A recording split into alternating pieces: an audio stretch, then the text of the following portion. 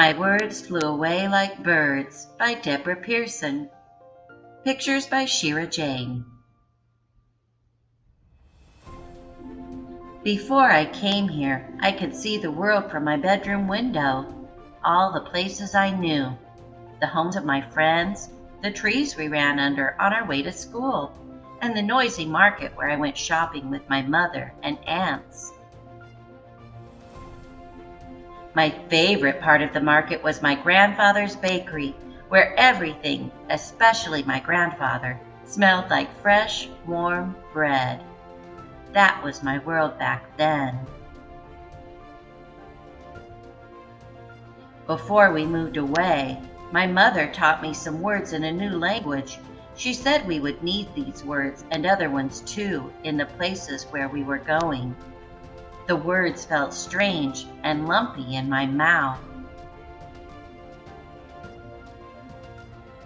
Hello, how are you? I am very well, thank you. It was nice to meet you.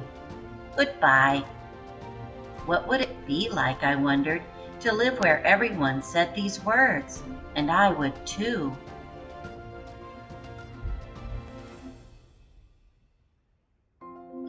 But when we came here, my mother, my father, and me, all my words flew away like birds. Everyone spoke so fast, their words tumbled and swirled around. Hey, what's up? Not much. What you doing? Come on, let's go. Sheesh, wait up. Nah. Okay. Oops, my bad. Gotta go. Whatever. See you later. Yeah, sure. Maybe later.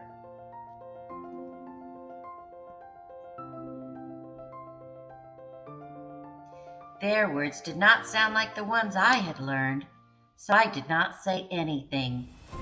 I was like a tiny bug on a little leaf, waiting, watching, listening, trying to figure out where I had landed, trying to fit in.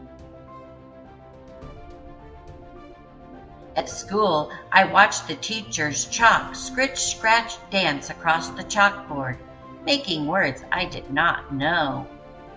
I listened to the sounds cripple, crackle, mumble, jump from the box above the teacher's desk. A voice said things I did not understand. Across the room, out the windows, I saw trees, sky, a park. But not my trees, my sky, my park, not the ones I knew. I wish my friends from back home were here. I would have shown them the snow falling down and the dog in a coat and tiny dog boots playing outside. I have never seen a dog like that before.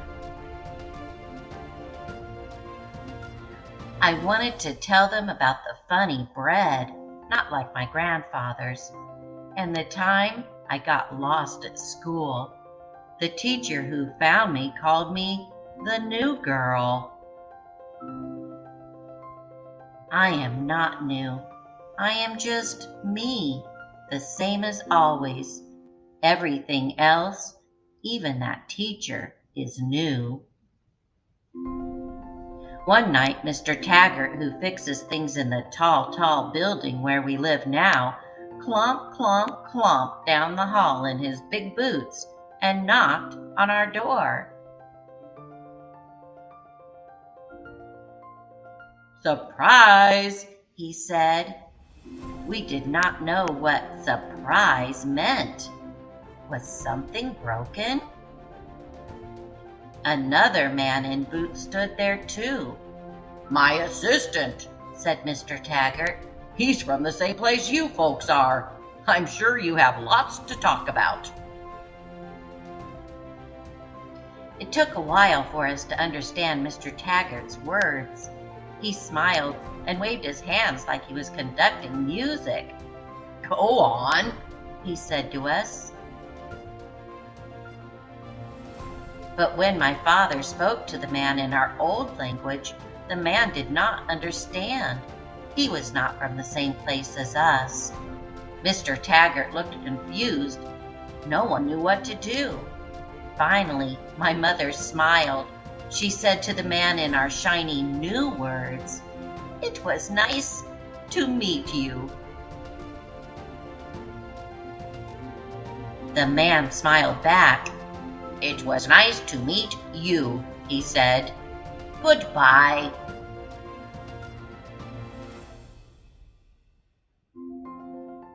He clumped away with Mr. Taggart, who still looked confused, and that was the end of our surprise. In spring, when the snow was finally gone, I went to the park and walked down the hill to the playground. A girl wearing a hat blue as the sky was there, nobody else, swinging up, down, up, until she slipped off and fell on the ground. I did not know what to do. I picked up her hat, I brushed it off and gave it to her. I tried to think of something to say. Then I remembered. "Hello, how are you?" The girl wiped her eyes. "I'm okay," she said. "Thanks for getting my hat." She pulled it on and ran up the hill very fast to someone who was waiting there. At the top, she turned and waved to me. "See you," she called. I waved too. "See you," I called, but she was already gone. This is what happened the next week at recess.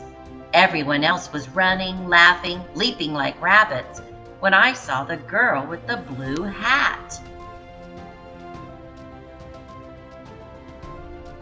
She ran over and said, "Hey, you go here?" "I didn't know that."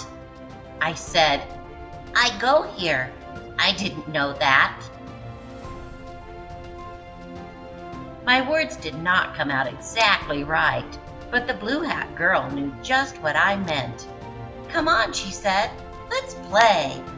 She grabbed my hand and we ran all over, laughing and leaping like rabbits.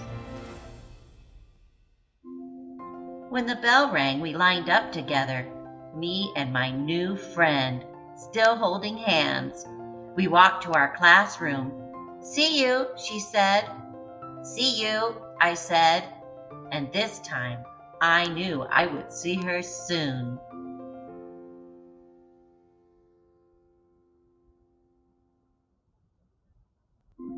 When I came here, all my words flew away. That was back then. Now I have new words. My friend, my baby brother, our home, our trees, our park, our sky. And these words are here to stay.